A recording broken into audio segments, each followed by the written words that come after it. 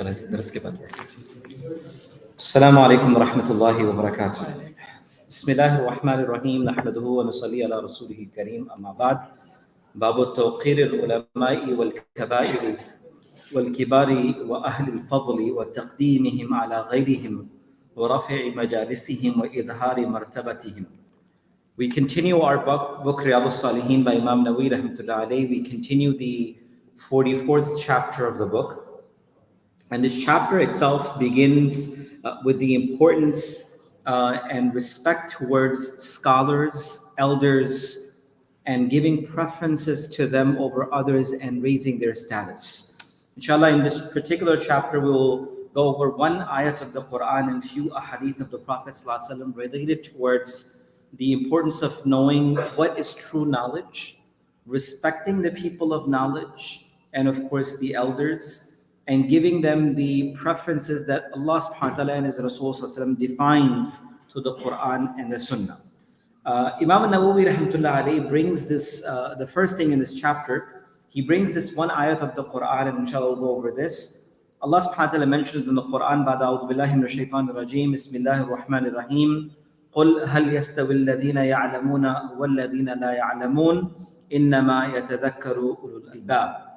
Allah subhanahu wa ta'ala in Surah Az-Zumar, verse number 9 mentions, and say, O Muhammad sallallahu alayhi wa sallam, the word qul in this particular ayat refers to the Prophet sallallahu alayhi wa sallam making this proclamation, just like when we say, qul huwallahu ahad, say that Allah is one, even though it was the words of the Prophet sallallahu alayhi wa sallam to those particular individuals who were listening, but the message of Quran is universal. It remains till the day of Qiyamah.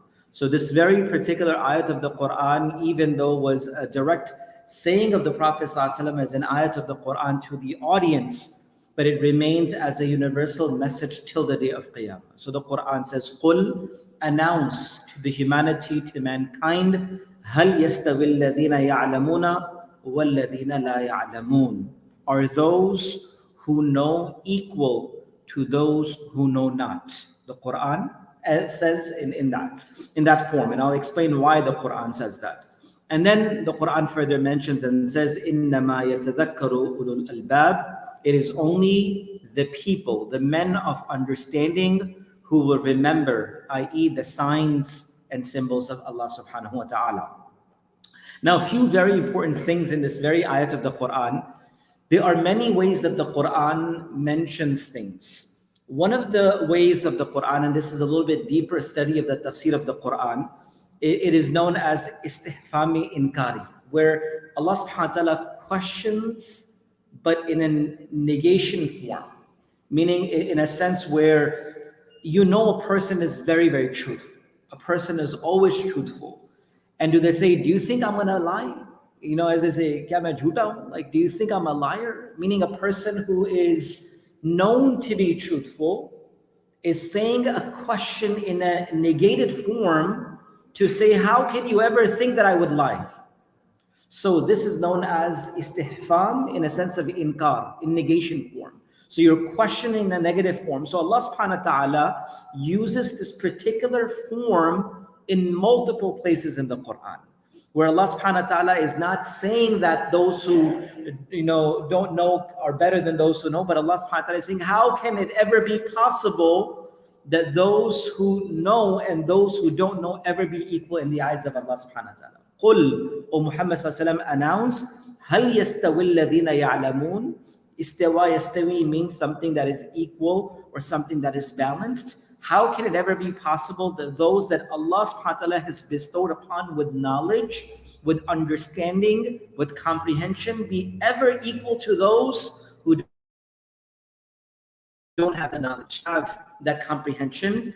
And then the Quran further elaborate and says, إِنَّمَا يَتَذَكَّرُ أُولُو الْأَلْبَابِ. And only those amongst the people who will truly have the reflection, understanding, and comprehension of Allah subhanahu wa ta'ala are the ones that Allah guides through ilm and through knowledge. So this is the beginning of this particular chapter where it's reminding us, inshallah, of the importance of ilm. And ilm itself, brothers and sisters, is a journey. It is not something where someone can say, I have learned everything and I know all. journey. Ilm is a continuous journey, which goes from the time of our birth all the way towards the time that we reach our graves. It's a continuous journey that ilm has to be learned. And one of the greatest examples, and I'll conclude with this, and inshallah we'll continue from the ahadith next. One of the greatest examples for us is the story of Sayyidina Musa alayhi salam. That when Musa alayhi salam was informed by Allah subhanahu wa ta'ala in the verse of the Quran in Surah Al-Kahf was that there's an individual that Allah subhanahu wa ta'ala has given information of things that he does not have, no one else has. And this was Musa alayhi salam, the Nabi of Allah. There was no person greater than him walking on the face of this earth, because this is the consensus of the ummah that the most noble and honorable person at any given time when the Prophet is present is the Nabi of Allah at that time, which of course was Musa alayhi salam at that time. And Khizr was not a prophet, but he was given information upon certain things that Musa alayhi salam did not have.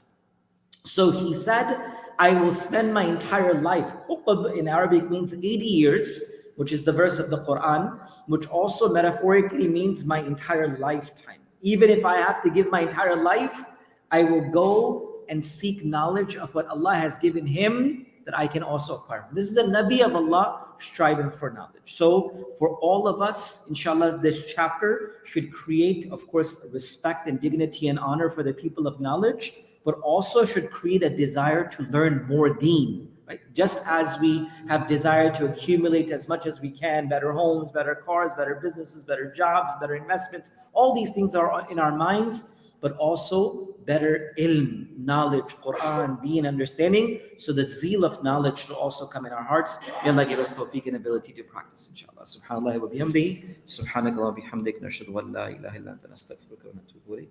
Subhanallah.